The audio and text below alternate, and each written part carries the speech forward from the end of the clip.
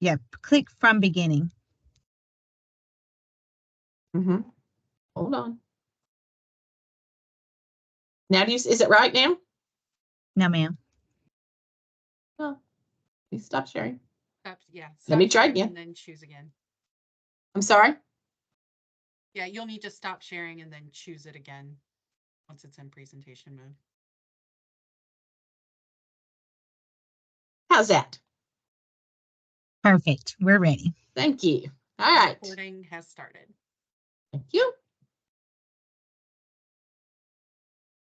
As with everything that we do in the department, we ground it in our Best for All strategy. And today we are talking about educators. And so we are going to talk about what the AGM is and how it came to be, roles and responsibilities, teacher rostering guidance, receiving growth scores, and some next steps, and provide you with some resources for this. So the alternative growth measure, TCA, in 2018, the legislators amended TCA to ensure that every district and charter implements at least one approved growth measure for non-tested teachers. So essentially a growth measure from a teacher who will not receive an individual TVAS score. State board policy and state board rule, along with TCA, have required that districts and charters who receive voluntary preschool money must utilize the pre-K and kindergarten growth portfolio model or an approved AGM for student growth portion of their teacher evaluation. So if your district or charter gets voluntary pre-K money, you must either have your pre-K and kindergarten teachers do a portfolio or an approved AGM. The Literacy Success Act of 2021 allows for districts and charters to use their universal reading screeners as an approved alternative growth measure for pre-K through 2 teachers. So this is available for pre-K through 2 teachers, grades 2. The alternative growth measure score comprises 35% of the teacher's level of effectiveness score. It's just like a TVAS score. It's 35%. This is an individual growth measure. This is a list of the approved universal reading screeners that were approved by the Literacy Success Act. The ones that have stars by them are approved to be used in pre-K. Dibbles is not approved for pre-K. Easy CBM is not. iReady and Measures of Academic Progress Suite also are not approved for pre-K. So we want to talk about your implementation team. You're going to need probably some assistance from other people in your district. So this is a team effort. Don't feel like you are the only one responsible for all of this. So we've tried to put together some people that you may need to be in contact with throughout the year to help with some of the actions that need to be taken to get these AGMs. So you're going to want to think about who manages your SIS package in your district. This would be the person who overalls your student, who manages your student management system. You may need their help to ensure that you have the correct TLNs and state student ID numbers, that they are all correct. If you have questions or your SIS package manager has questions, you're going to need to contact your SIS package vendor for help with how do we correct this or how do we get this right. Your EIS coordinator, probably the same person as your SIS manager, but they too will have to help you make sure that you have the correct TLNs and state student ID numbers. If you have problems with EIS and how to fix that, you can contact dt.support@tn.gov. Your RTI coordinator, these are the people who will make sure that your teachers are giving the universal reading screener in the testing window and following the state's guidelines. There again is a contact support email for you there. Your testing coordinator, they're going to make sure that the teachers have given the universal reading screener in the testing windows and get all that set up, and also help follow the guidelines. Your evaluation configurator can help you with making sure all of your teachers are staffed correctly in TN Compass. They can also help you find correct TLNs for your teachers. Your URS vendor contact, That is who you will work with to correct exception reports. Those exception reports will be sent to the URS vendors, and then they will work with you. You all will work together to correct things. So one of the things that we have had trouble with in the past is incorrect TLNs. So you can see there are numerous people here that you can contact and that you're going to need to work with to get correct TLNs. And the roles and responsibilities of your your roles and responsibility are you are going to support the teachers in the implementing grades to ensure that they receive an AGM score at the end of the school year. So your responsibilities include maintaining accurate teacher rosters that reflect the district's implementation, ensure that the roster teachers have tested their students within the mandated state board testing window. It is linked there. Ensuring the teacher of record in the URS platform is the teacher of record in the EIS for the ELA class. Students should not be attributed to any other teachers. Ensuring the state student ID number and teacher license number and district and school ID numbers are accurate. Other than the student ID number, this information can all be found in TN Compass on the Educator's Evaluation tab. Work directly with your vendor to correct all errors from error reports. Vendors receive those reports after each URS submission window. Any uncorrected errors may result in a teacher not receiving, or may result in a teacher receiving an incomplete growth score and no LOE. If the teacher's license number is wrong, that teacher is not going to get a score and they will receive an incomplete. So it's very important that the student ID numbers and the teacher license numbers are correct. To receive a growth score, we have some parameters on that.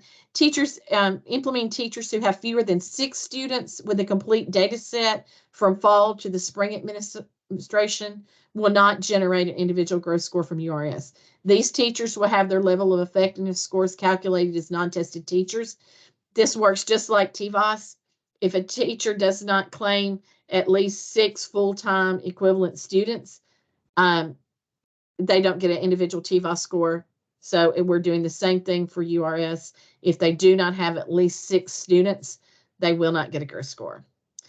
Implementing teachers who do not generate an individual growth score from the URS due to a lack of district data quality will receive an incomplete and will not generate an LOE. Please note that the best possible scenario will not apply to the 2023-24 school year. The Literacy Act does not allow that to keep being applied.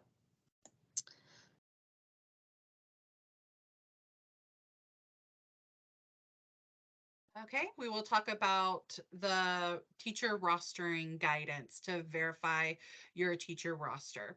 So it is very important to accurately identify the specific teachers that are expected to receive individual growth scores from the URS.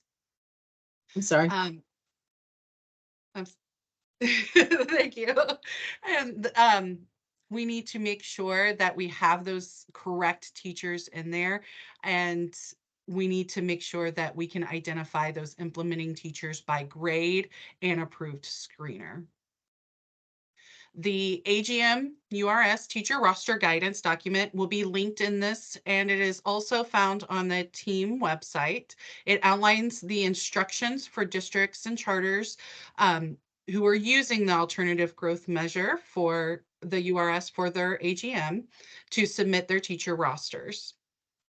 A pre-populated roster was generated from the department's EIS system, and it contains the ELA teachers that are listed for your district's implementing selected grades.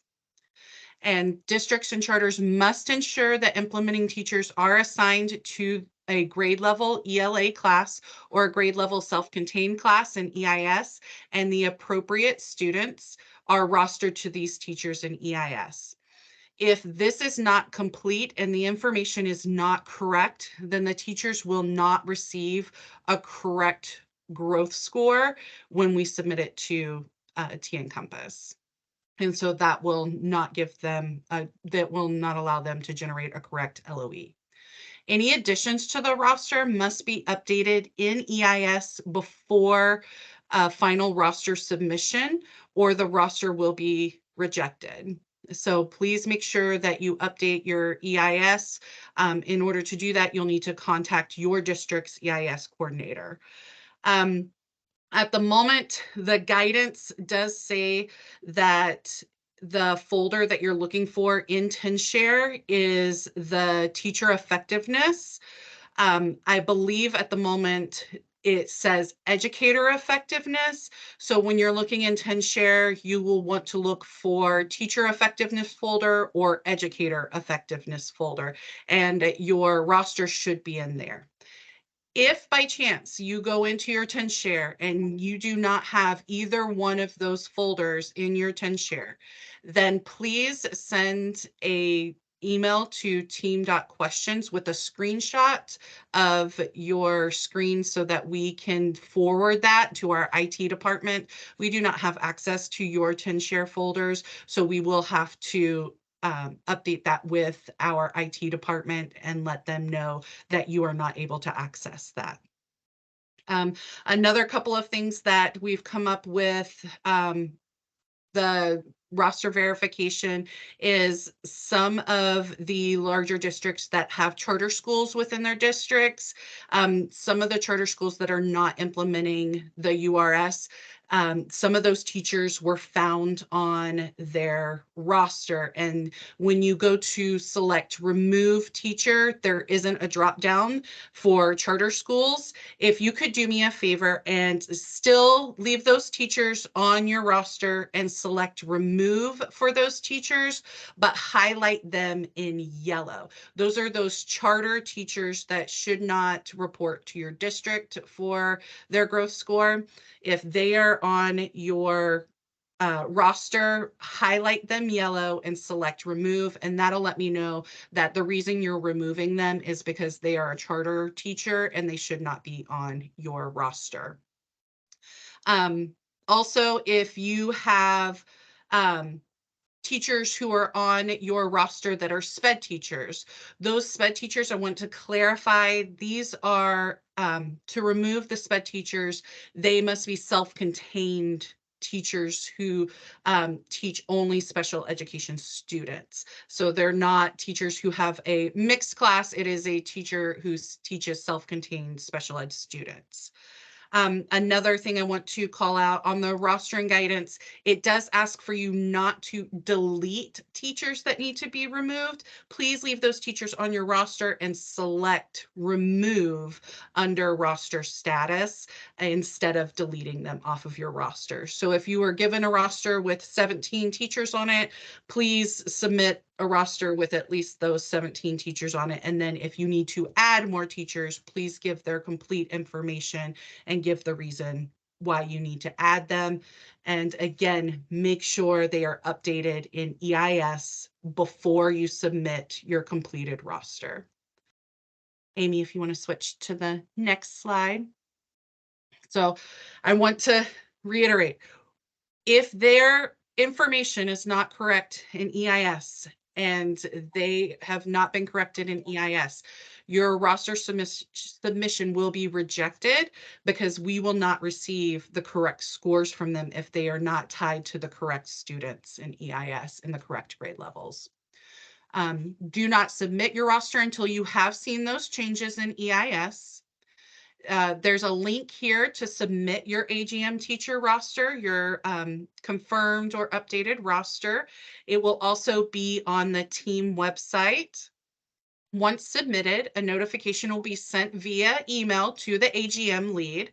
And if you have any issues on your roster, the AGM lead will receive an email from team.questions@tn.gov. So please keep a lookout for those as we go through them and check for validity. We will be sending out emails of any issues that we find. Amy? So your next steps,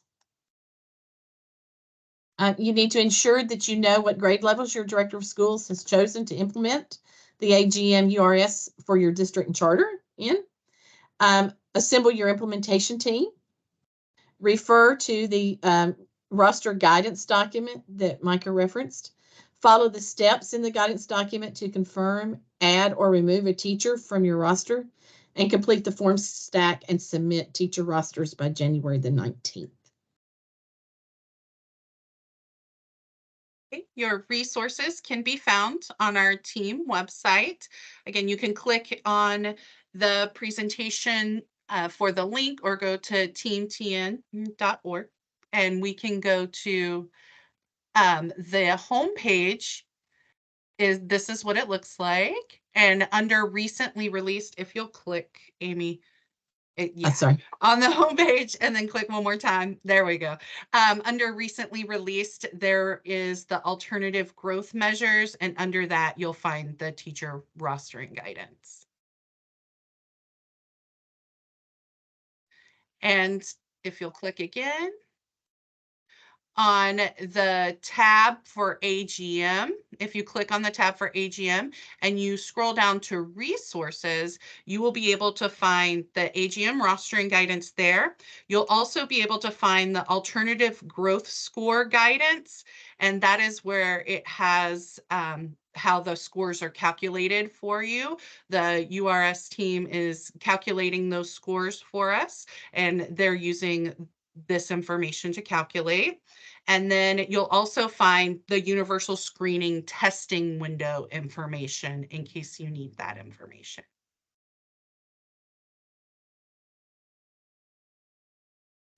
After this office hour is complete, the PDF of this presentation will be under the office hour tab under AGM office hours. If you want to click again. And again. Okay, and here it'll go under PowerPoint. And then once we get the recording back from comms, I'll place the recording in the column under recording, and you'll be able to see this information as well. It usually takes a few days for the recording to get back to us.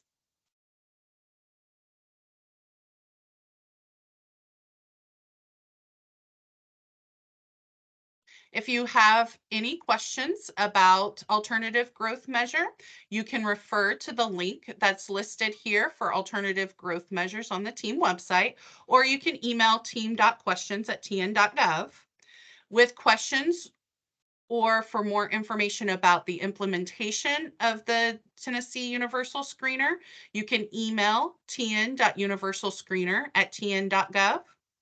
And with questions about growth score calculations, refer to the URS Alternative Growth Guidance PDF. It is listed here or linked here. It is also linked on the website. And with questions about accessing your roster, if you are a district and you have questions about TenShare, you can email dt.support@tn.gov. Or if you are a charter, you can email team.questions@tn.gov.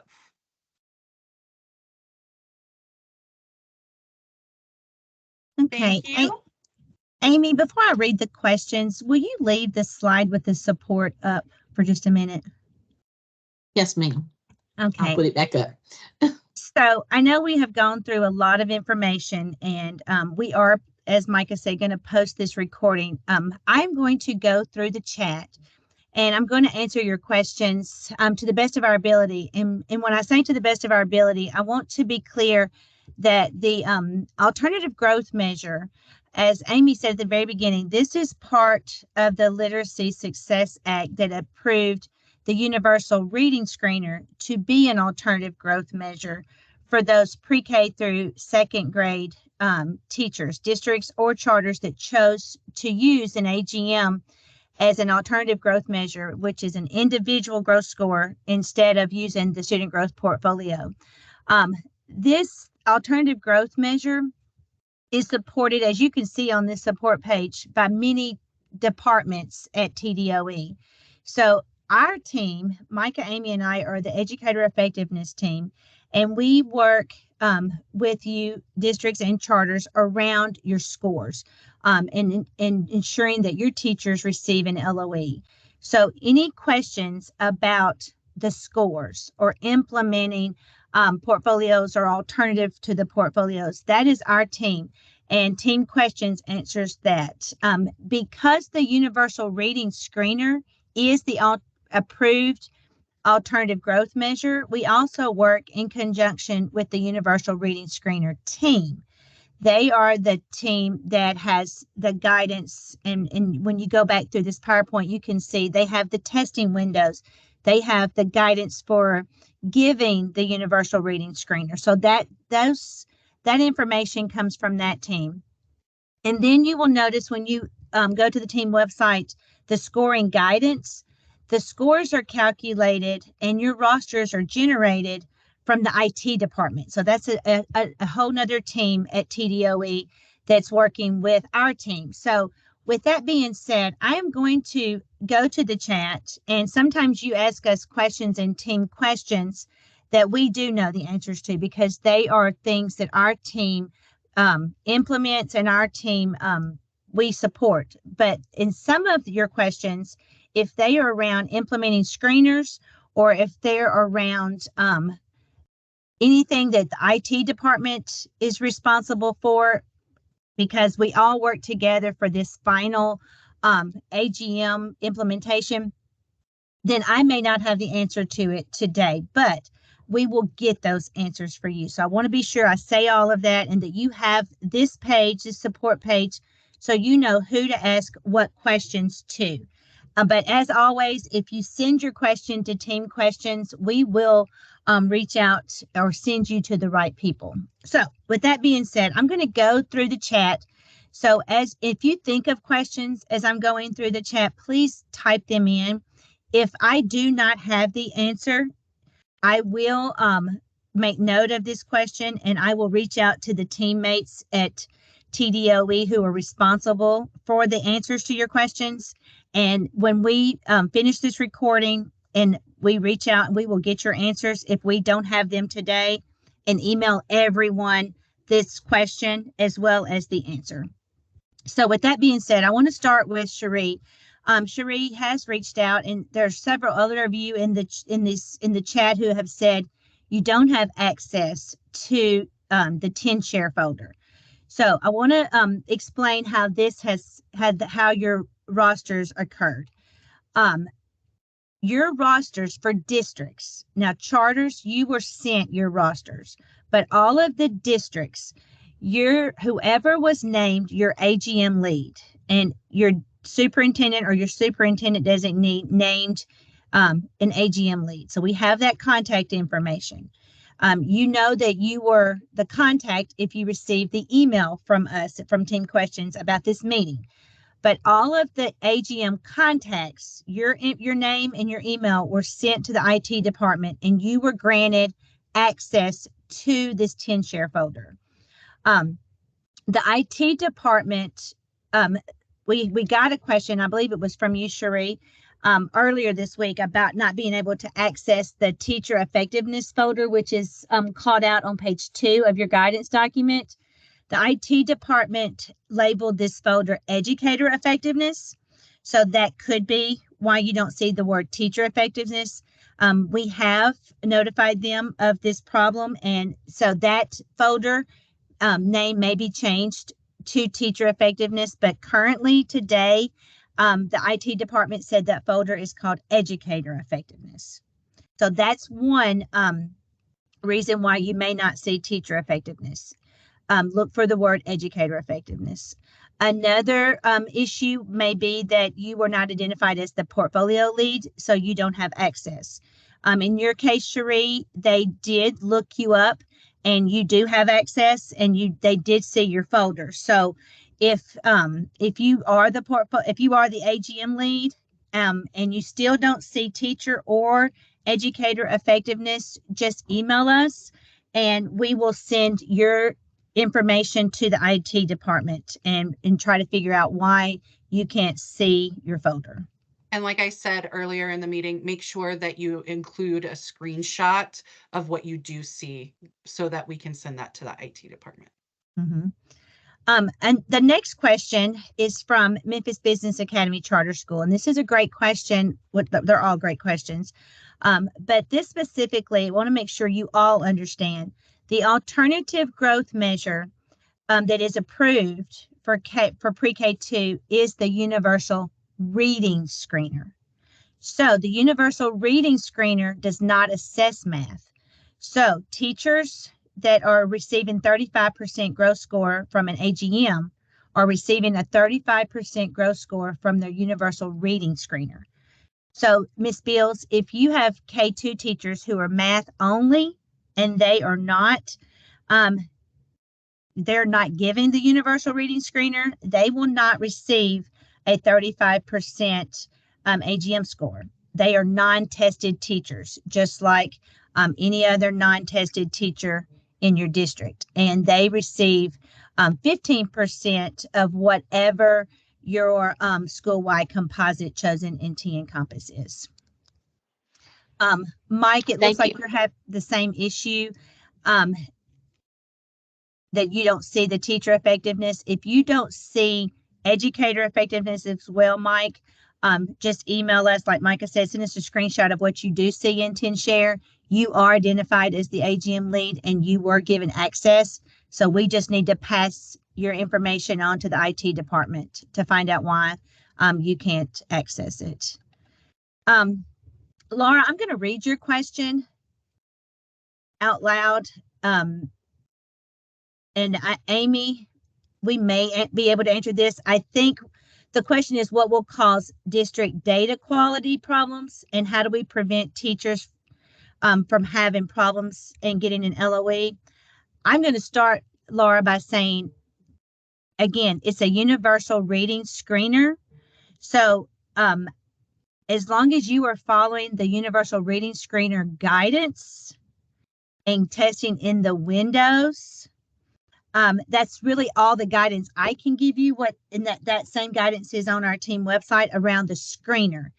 I can also tell you that when the IT department pulled your rosters, they are pulling from EIS. So one issue that could cause you to have data quality problems would be is if you don't have teachers linked in EIS correctly. Because when we receive scores, we are receiving them based on the teacher license number, student identification numbers through EIS. So those teachers that are on your roster were pulled from your EIS. So if EIS is incorrect, your data would be incorrect. Those are the two things I know that can cause you problems. We will keep this question in mind, and I will refer to this question with our IT as well as our universal reading screener, to see if there's any other issues that would prevent you from getting an LOE. But I do know that is the main reasons that we saw last year is that one, maybe someone tested a district or a charter tested outside the window. If you don't follow the universal reading screener guidelines, your teachers won't get a score. If you don't have your teachers linked in EIS correctly, they may not get a score. So those are the main two reasons that you would have data quality problems. Amy, is there another one that I am not thinking of? Incorrect TLNs. Incorrect teacher license numbers. And so would those typically be cleaned up in the exception reports? I mean, like that's our opportunity to fix those issues?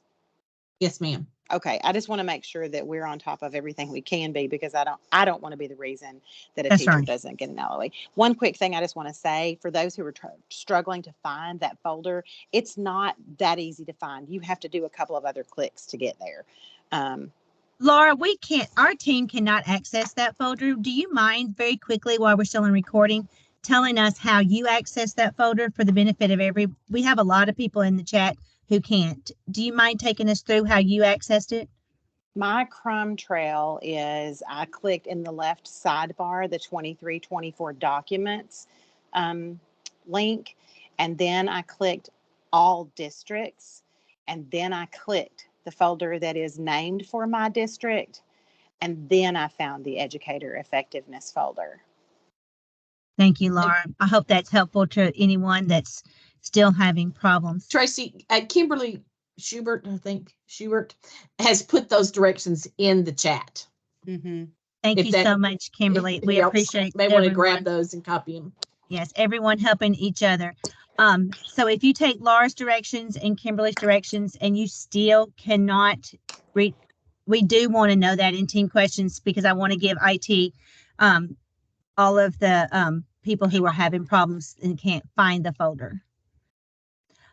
Janet, your question, I believe, is a Tennessee Universal Reading Screener question. I'm going to read it out loud in case my colleagues Mike or Amy know the answer, but it's about data share with AimsWeb and how do you ensure that data is correct. That is a question that you would definitely want to talk to the Universal Reading Screener team to make sure that you have correctly shared the data with TDOE, as well as working with your vendor. I am going to make sure that the reading screener team has this question as well, if there's another answer than the one I'm giving. And we're going to flag this one to go out to everyone as well. Hey, Tracy, can I say something? This is Janet. Yes, please. And, Yes, please. and Casey's here with me too, because we work together on all of this. Yes, ma'am.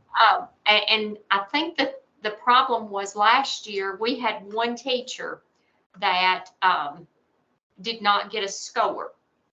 And we had her documentation and we were able to grieve it. And so, I mean, I'm thankful that we could do that, but we didn't know anything was wrong. So I too don't want to ever mess up if it's something on my end that I haven't done. So that's my thing. I just want to make sure that we know. And so those exceptions, where will they go to?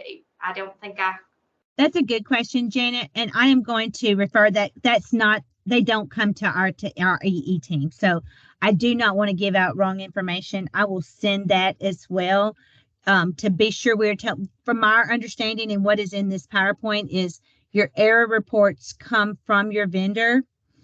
And then your whoever. Tracy, yes, please, Amy, jump in. I think what happens is the error reports, when your data is submitted to the department, there are error reports. If there are error reports that go back to your vendor, it's my understanding you have to work with the vendor, but we will definitely get that straightened out and let you all know for sure. So I think those error reports go to the vendor, not the district. Okay, because neither one of us knew anything about an error, and and we just want to know, I mean, how we want to fix it because we don't want our teacher to suffer for it. So thank you, and if you have any more guidance on that, let us know. Thank you, Janet. I will say, and for everybody's benefit, at the beginning of this PowerPoint, Amy talked about the implementation team. There are so many people in your district who receive information. It may be you need to get with whoever is it may be you. I know you wear a lot of the hats.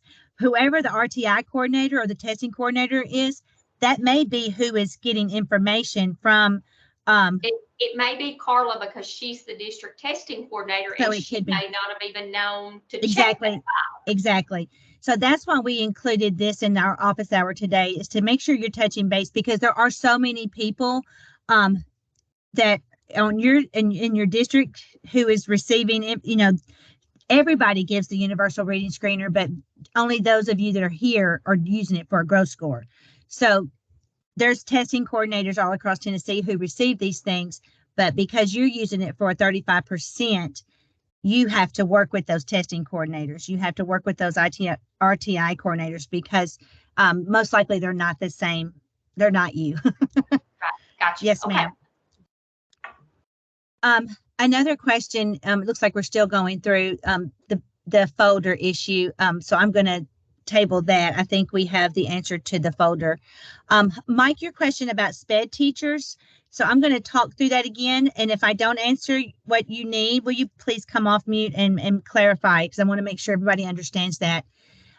Special ed teachers are exempt from student growth portfolios, as well as the alternative growth measure to the portfolio.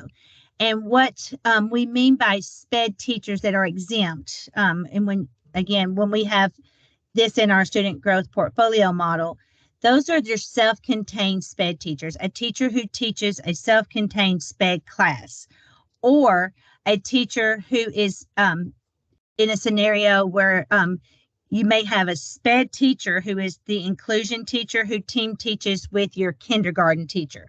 Your kindergarten teacher would do the portfolio or the AGM score. That SPED teacher does not. So SPED teachers are exempt. A teacher who teaches, for example, pre-K, kindergarten, first, second grade, who has a SPED license, but they teach all kids. They may have some SPED kids, they may have regular kids. They are required to do the portfolio and to receive it, to do the alternative growth measure.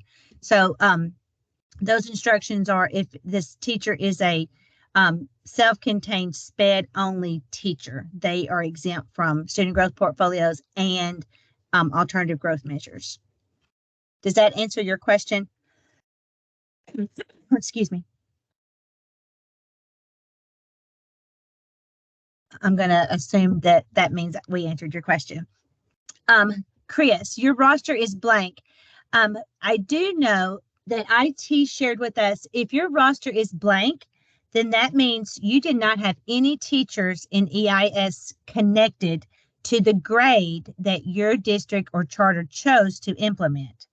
So for example, if your district or charter chose to implement first grade and you don't see any first grade teachers on your roster, then you need to go to EIS and make sure your first grade teachers are in EIS coded as first grade teachers. And then you would want to put them on the roster and select add. And the reason would be, do they pick the reason for add, Micah? No. You would want to add them. And then you would need to select updated in EIS. Don't submit them as an ad until you have made sure they are in EIS. We've had some districts who said we're implementing in pre-K. Our pre-K teachers are not in this roster. Well, same scenario. If you are missing a grade or missing teachers, that means they were not in EIS coded correctly. That therefore they were not pulled, because your rosters were pulled straight from EIS. So go to EIS first. Make sure all of your teachers that should be pre-KK 1 or 2, whichever grade is implementing the AGM, that they are in a EIS coded correctly for their grade, so that they can be pulled and receive a score. If they're not coded in EIS, that could be a reason why they don't get their score, because they will not be in the data pool. Chris, what district are you with? So I can look it up, because we only had one district that was blank. Murfreesboro City. Okay. Murfreesboro City was not the one that was blank, so it should not have been blank. I'll try to go back in and reload it, but yeah, when I pulled it up, it was blank. So okay, if you'll email team questions, if you cannot find that, if it is still blank, and then we can get you a correct roster, because Murfreesboro's got quite a few, so I don't want you to have to add all of them. perfect, thank you. And Murfreesboro City is only implementing in kindergarten. So you might also, again, check EIS that your kindergarten teachers are coded. That would also be something to make sure of, because that is the only grade they're implementing. Where can you find this slide deck for future reference? It will be on the team website. There is an office hour tab, and you will click the AGM lead office hour, and you will be able to find this. We will have this PowerPoint up possibly by the end of the day, definitely by tomorrow, and then this recording will be up as soon as we get it back from comms. I want to read Cassandra's question aloud, and for the good of the group as well, to make sure we're all clear on these directions. Her question is, can she edit the grade for a teacher and then confirm them, or do we need to delete them for that grade and then add them? Cassandra, your teachers that are on your roster, if it says that they are kindergarten and they're not, it says they're kindergarten in EIS. So again, your roster, your teacher's information was pulled straight from EIS. So the answer is no, don't make the edit. Don't change it on your roster. What you will do is, because you can't confirm it's, you need to go to EIS and make sure your teacher is coded for the correct grade. If that grade is not implementing the AGM, then you would select beside that teacher's name, remove, does not teach this grade. There is a drop down that says does not teach this grade. So if it says they're kindergarten and they're actually first, you would say remove, does not teach this grade. If they are a teacher in an AGM grade that is implementing, then you would put them, and Micah, correct me if I'm saying this wrong, then you would add them and select. How do you want them to do that, Micah? If their Updated grade, in EIS? if their grade is incorrect on the roster, make sure it is updated in EIS first. Then you may update the grade on the roster, and I will take that information from the roster and it will go to the tech department as the grade that they will pull for their score. Now, But if it's not corrected in EIS, it's not gonna connect them to a score. It'll be rejected if it is not, if the roster that you send to me has a grade that does not match what is in EIS, it will be rejected. Okay. But yes, you can fix it on the roster. Just make sure it's fixed in EIS. Katie, you're asking about the guidance document being updated for FAST. We will share that information with the team who wrote that guidance document. That is not our team. We received that from a different team, the URS team. So I will pass that to them after this meeting, and we will get, this will be included in our Q&A that I email out, that the guidance for FAST on the calculation sheet. You're asking for an update. If pre-K teachers are implementing student growth portfolio instead of URS, should they show on the spreadsheet? No. Only the teacher, this is only an AGM teacher roster. So if you are doing student growth portfolios in pre-K and you see a pre-K teacher on this sheet, please email us, check their EIS. You would want to remove does not teach this grade because they only pulled teachers in the grade that you are implementing. You also want to check with team questions to if pre-K is on your sheet, you want to check to make sure your superintendent didn't pick pre-K. We don't have any portfolio teachers, all the districts who submitted their portfolio teachers we are aware of, and those districts are not on our list to receive an AGM score. So you should not be on both lists. Katie's question is, what date was the EIS file pulled? The one TDOE has provided. What is the timeline for exception reports? Have we gotten any of these? The EIS data question, Katie, we will get that question to the IT department. They did that. And the timeline for exemption reports, I will get that answer from the Tennessee Universal Reading Screener team. We do not have those two answers, but we can reach out to the teams that have those answers. The next question is, I have a teacher whose last name has changed since the EIS file was pulled. Do I add her new name on an additional line? I have verified that her new name is updated in EIS. Do I mark her old name as remove? What do I mark as the reason? Micah, how would you like for Rachel to do this? Just update her last name on the sheet. So I will use, as long as you have confirmed an EIS, I will use that information that you send me because her TLN should match still. So you don't need to remove her because I I take those removes and that remove will be attached to her TLN. So I don't want to do that. So if you will update her last name on the roster and I will use that, that matches the TLN and it should match the EIS. Okay. Michelle, what I would see your question that you have an educator effectiveness folder that is okay. Brittany's already responded. Brittany's going to check on that. And I see you found the file. Okay. So it looks like y'all took care of that. Lake Counties is also empty. So we'll make note of that. I think all of those have been taken care of. Yeah. Okay. And then I see Kimberly's.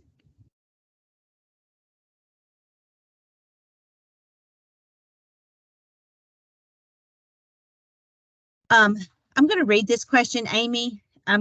You may know this answer. It says that this AGM lead believes that last year, they had TLN errors on their vendor data files and that didn't cause issues with growth scores. Is that or not the case this year? I'm not sure what she's asking. Does that sound right to you? No, Okay. I don't know. I'm not sure what she's asking. We may need to email that and Okay. let us talk about that. Indiana, would you email us that, or if you want to come off mute and clarify your question? Can you hear me? Yes, ma'am. I just last year we got files and they had errors and we worked to correct them. And then we got a follow-up email that TLN errors were not going to be critical errors. And there was one teacher who I know had a TLN error. She, for whatever reason, our vendor couldn't figure it out. And she still generated a growth score based on her universal reading screener student data. She was in the correct roster. I think it was like once we submitted the rosters. No, okay. I'll work to fix all those errors. Never mind. Yes, that's fine. I'm going to hop in for just a second and say that in all department platforms, teacher license number is the identifier. So it should always be accurate in every place that you use it. And that way there is no question as files are transferred between vendors, between platforms, between teams, we can always track a teacher by teacher license number. So I would suggest that it's always accurate, regardless of what the platform might be. Jessica chimed in and said that the TLN errors in URS reports are not critical errors, but TLN errors in EIS connected to students is the critical. Yes, that's so the vendor files from our screener vendor. Well, And Indiana, I will tell you, as I was saying at the beginning of this, the Universal Reading Screener team, they use the Universal Reading Screener data for different purposes than an AGM. So as far as, because your district is using your screener as an alternative growth measure, it is critical that your license numbers are correct for this purpose, because license numbers are how teachers are linked in T-Encompass, and that is where their score goes. So again, every district is using a universal reading screener. Only the districts that are using it as an alternative growth measure are getting a score.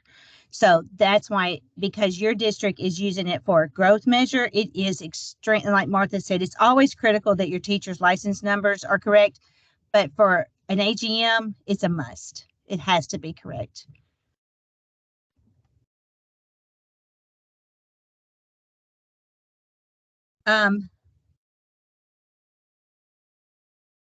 Jason, I'm going to read your question aloud, and I do believe that this answer is for the IT department, but I'm going to read it in case someone on my team feels they could answer it. Is there any way districts can get a summary file of how a teacher's screener score was calculated, the formula? We would like to be able to answer calculation questions when asked by the teacher receiving the score. So Jason, what our team knows is what's on the team website under AGM tab, resources is the guidance calculations. So that's what you can give to teachers. That's what we know. That's the formula for how screener scores are calculated. And that is the only formula that we have. There is not a separate file that our team can give you. Amy? That's great. Jason, would you mind emailing that question to team.questions?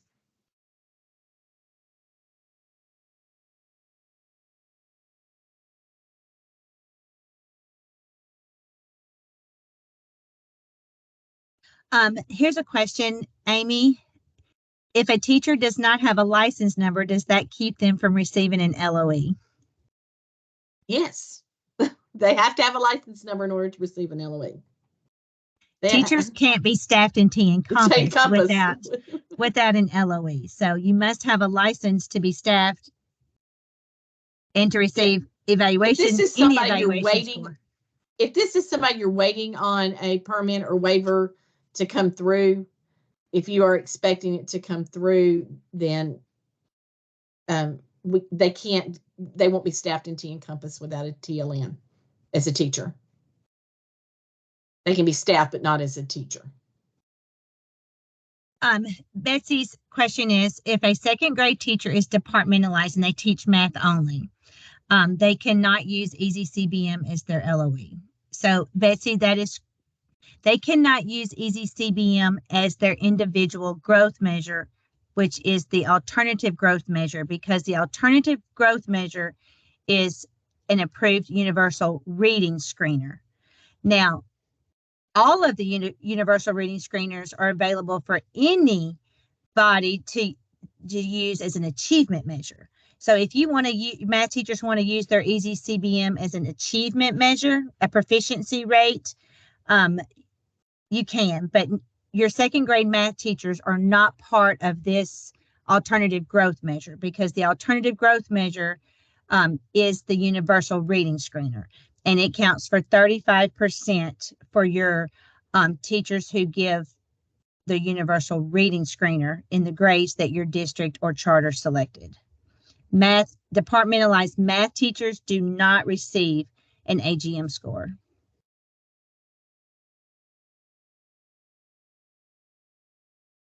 And Tracy, I already answered Miss Bills. Okay, thank you.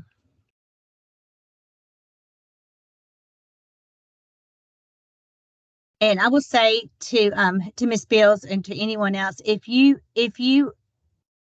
are not receiving the AGM lead emails or AGM lead information, you may want to get with your evaluation configurator or your superintendent designees to make sure that you are identified in T Encompass in the LEA contacts as the AGM lead.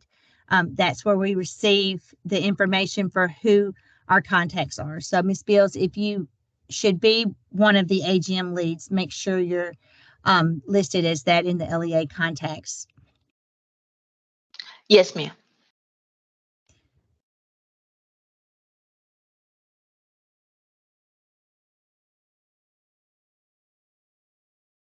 Lawrence Duncan says that last year the error report was in 10 share and they were identified through an email, but they haven't heard from anyone this year.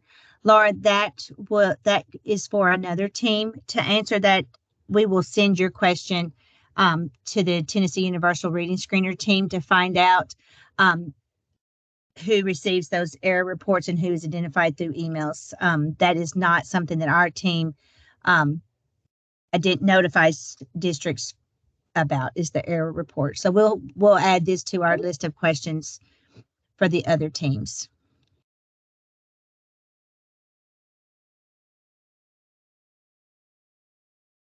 A SPED inclusion teacher and a self-contained special ed teacher, those are SPED teachers. They are exempt from student growth portfolios, and they are also exempt from the alternative growth measure. So if they are on your roster, you can click remove does not teach this grade as your reason.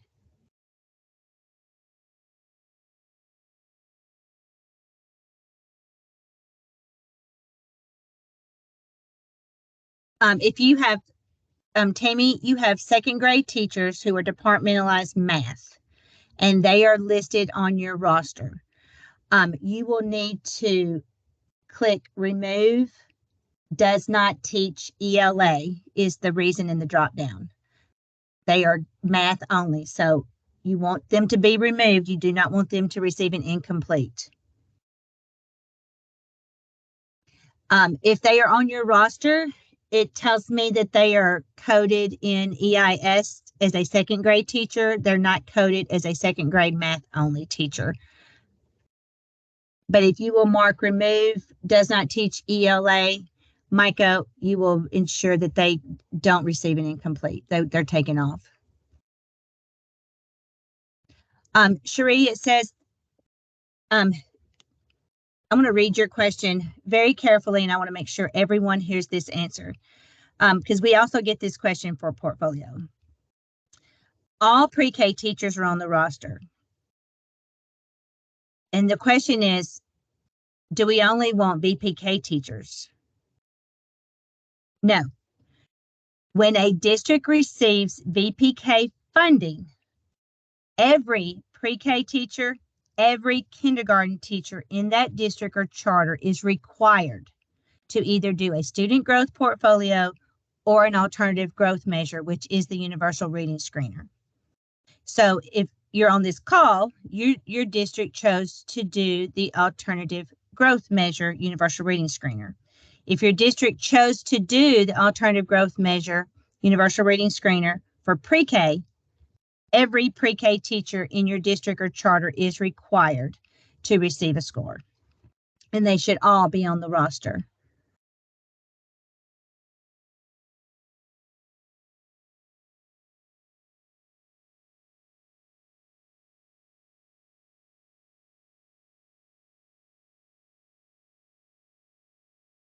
This question, I believe, is for the IT department, but I'm going to refer to Miss Amy Floyd as well for this one. Amy, Mike's question is, we should prioritize checking the appropriate grade level ELA course code for their teachers in CIS and EIS. Let's talk about that. I'm not sure exactly what course codes they pulled. So we need to look into that. If you have your teachers by ELA in math, then you're not going to get any math teachers from what they pulled. But if I think self-contained, if you have everybody marked as self-contained, but yet they are actually departmentalizing, that could cause an issue. But we'll check with. Let's verify with IT. Yeah, we're going to verify that and get back to you. If our teacher data is not correct and we change it in EIS and in CIS, how long before it's reflected in the share folder? Marcia, I'm going to take that question to IT because they pull the rosters in SharePoint. So be sure, one, that your EIS is correct, and then two, that your roster that you submit to our team through the form stack by January the 19th is correct. And then I'll ask the IT department if it's going to change in the SharePoint folder or not. Murfreesboro is now able to see their roster, Micah. It's home. Does a student have to have a fall and spring screener score or just 2 scores? For instance, would a student be calculated for an AGM if they only have a winter and spring score? No. A student must have fall and spring to be part of the teacher's AGM score generation. Winter scores are not used in the AGM. We have the correct teachers and grades in our file, but we do not have a drop down to select confirm in the roster status column. You just need to download the form. She has it now. She replied later. But Okay, anybody who can't see the drop down, make sure you download your form first. It will not show up in TenShare. The drop down will not. No, pull it down, save it to your desktop because you'll need it saved on your desktop in order to send it to us in FormStack.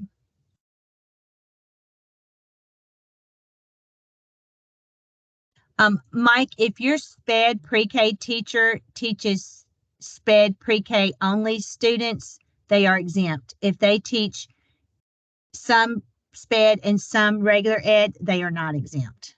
It's for SPED self-contained that's exempt.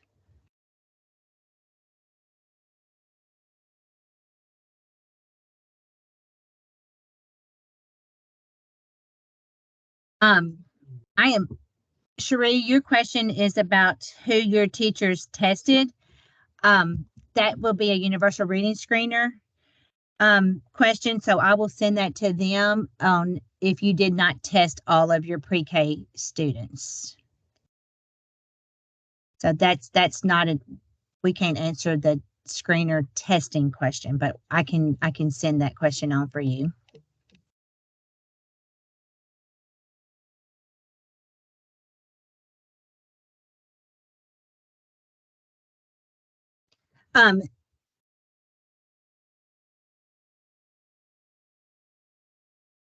Cherie, if you will,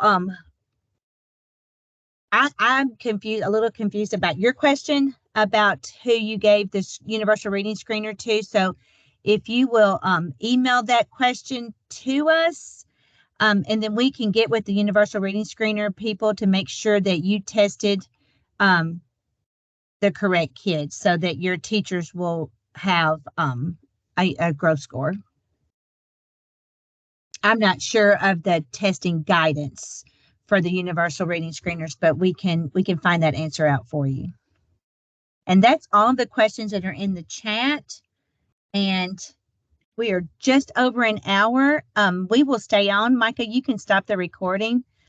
And if you have any further questions, we can try to answer those. If